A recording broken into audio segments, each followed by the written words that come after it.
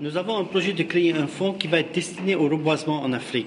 Donc ce qu'on fait, c'est qu'on colle les structures financières qui existent déjà depuis de longues années dans les pays industriels et qui sont le vecteur réel de leur développement, pour voir comment on peut faire de l'equities avec des sociétés africaines qui veulent fabriquer sur place leurs matières premières au lieu de l'exporter ou bien au lieu de le donner à des multinationales qui, la plupart du temps, donnent 20% à l'État, trichent sur les bilans et exportent la plupart des revenus et rien ne reste en Afrique.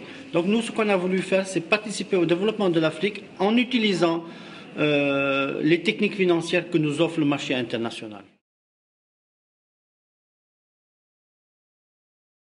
On est actuellement dans le développement économique mondial. On se rend compte que la chose la plus essentielle, c'est de détenir des matières premières. Parce que tout le reste, on le voit bien, tous les bilans ont été truqués. C'est ce qui est la véritable raison de cette crise financière mondiale, c'est que les gens partaient avec des bilans qui étaient truqués la plupart du temps, avec l'appui des grandes compagnies. Mais on se rend compte, et Lénine l'avait déjà dit, que celui qui détient l'Afrique détient le monde. Mais ça veut dire quoi ? Ce n'est pas le continent africain qui est le berceau de l'humanité, non. Ça veut dire que c'est celui qui détient les matières premières. Nous avons en Afrique les matières premières. Nous avons en Afrique la jeunesse, parce que dans les pays européens, il y a les personnes âgées qui sont majoritaires. Donc nous avons la jeunesse. Nous avons les matières premières. Nous avons nos jeunes de la diaspora qui sont tous bourrés de diplômes et qui ne savent pas quoi faire. Vraiment, je peux dire que c'est le moment pour l'Afrique de se réveiller. Mais comment ? Pas en voulant copier l'Europe, non, c'est en faisant un saut technologique. Voilà comment elle va réussir l'Afrique. On n'a plus besoin, à partir de Dakar jusqu'à Ziguinchor, de mettre un câble par terre pour avoir le téléphone. Le téléphone portable a réussi à faire un saut technologique.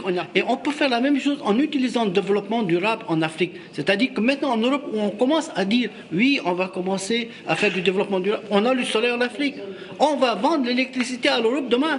Donc on a le potentiel de passer maintenant à un cap supérieur en Afrique, à condition que s'installe réellement la démocratie. Et le Sénégal nous en a donné la chance. Avec ces élections locales qu'il y a eu au Sénégal, on a vu que le pouvoir a perdu les élections. Pourquoi je vous dis c'est important la démocratie? C'est que tant qu'il n'y a pas la démocratie, les pouvoirs centraux pourront toujours véhiculer l'argent qu'ils veulent et le mettre où ils veulent.